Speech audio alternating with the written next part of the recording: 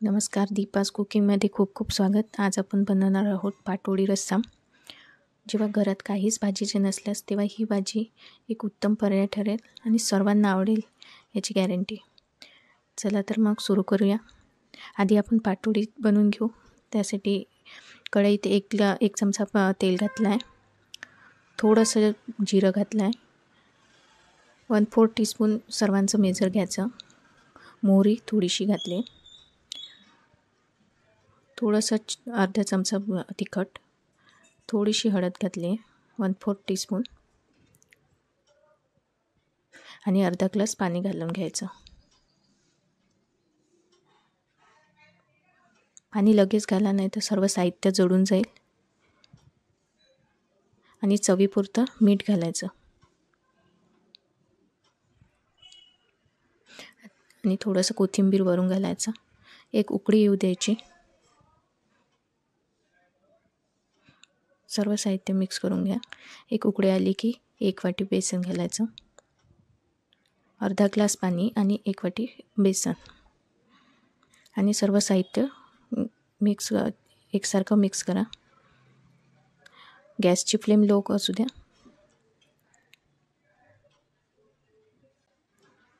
ही recipe मला माझ्या आईने सांगितली आहे. खूप टेस्टी भाजी होते. बघा, सर्व बेसन एक घट्ट झालेलं आहे. आता गॅस बंद करून द्यायचा आणि लगेच गरम गरम एका भांड्यात काढून घ्यायचं. थोडंसं 1 मिनिट मी झाकण ठेवलं आहे.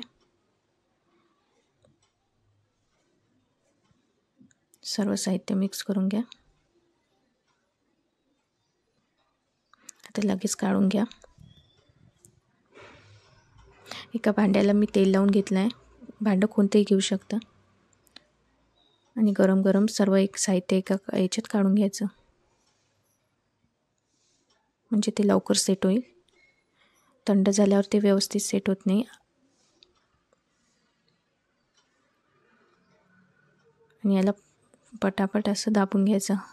थोडासा पाण्याचा हात लावायचा आणि गरम गरमच सेट करून घ्यायचं.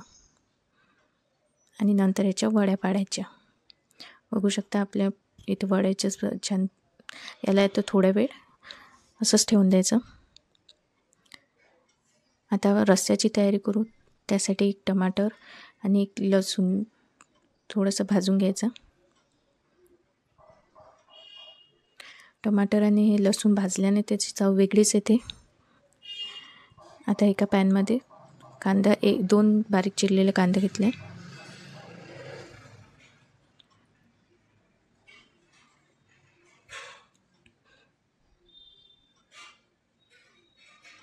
थोडंसं तेल टाकून त्याला परतून घ्या.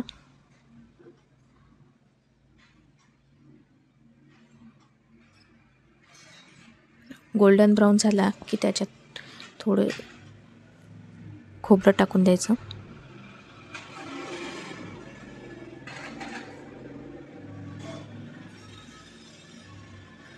खोबऱ्याने वेगळीच टेस्ट येते. एक वेळ नक्की करून बघा. खोबरं जास्त वेळ भाजून घ्यायचं. आता सर्व साहित्य मिक्सरमध्ये काढून घेऊ. कांदा, खोबरं, टमाटर आणि लसूण आणि थोडंसं अर्धा चमचा जिरं घालून घ्या.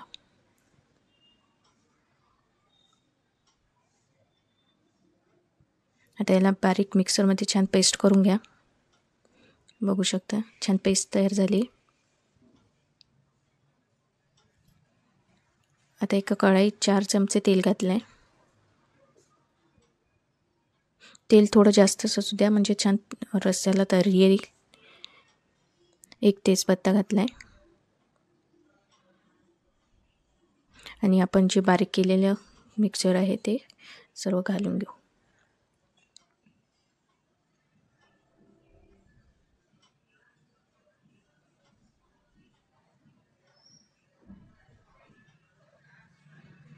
छान परतून घ्यायचं. 5 ते 6 मिनिट छान परतून झाल्यावर छान तेल सोडून देते. आता तेल सुटायला लागलं आहे. बघू शकता थोडा कलरही चेंज झाला आहे. आता अर्धा चमचा हळद, अर्धा चमचा लाल तिखट, अर्धा चमचा काश्मीरी लाल मिर्च पावडर, याने छान कलर येईल आपल्या भाजीला, अर्धा चमचा धनेपूड, अर्धा चमचा गरम मसाला. इथे मसाला तुम्ही कोणताही तुमच्या वापरत असेल तो वापरा. आणि थोडंसं काश्मीरी लाल मिर्च मी थोडीशी आणखी टाकली, 1 चमचा मीठ आणि सर्व साहित्य मिक्स करून घ्या.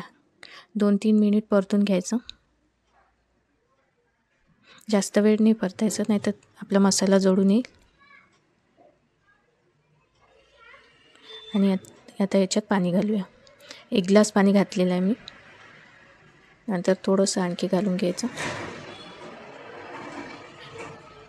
इथे अर्धा ग्लास पाणी घातलं आहे आणि हे वाटणमधलं थोडंसं अर्धा ग्लास पाणी, म्हणजे टोटल 2 ग्लास पाणी घातलेलं आहे.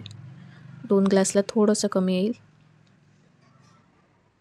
आणि आपला हा रस्सा छान 10 मिनिट शिजू द्यायचा. तोपर्यंत आपण इकडे वड्या पाडून घेऊ.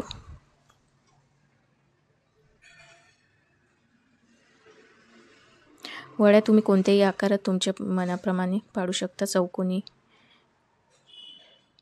किंवा शंकरपाऱ्याच्या आकाराप्रमाणे.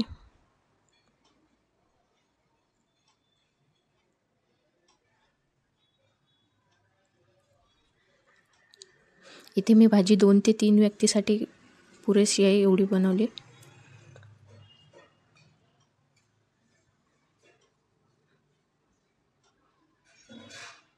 बघू शकता, थोडीशी जाडसर वडी ठेवा.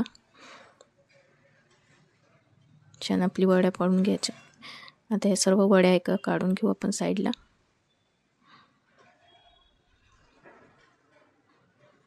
आपल्या छान वड्या तयार झाल्या आहे. आणि इकडे आपली भाजी छान घट्ट झाली आहे. बघू शकता, थोडं घट्टपणा आलेला आहे. आणि इकडे आपली रस्साही तयार झाला आहे.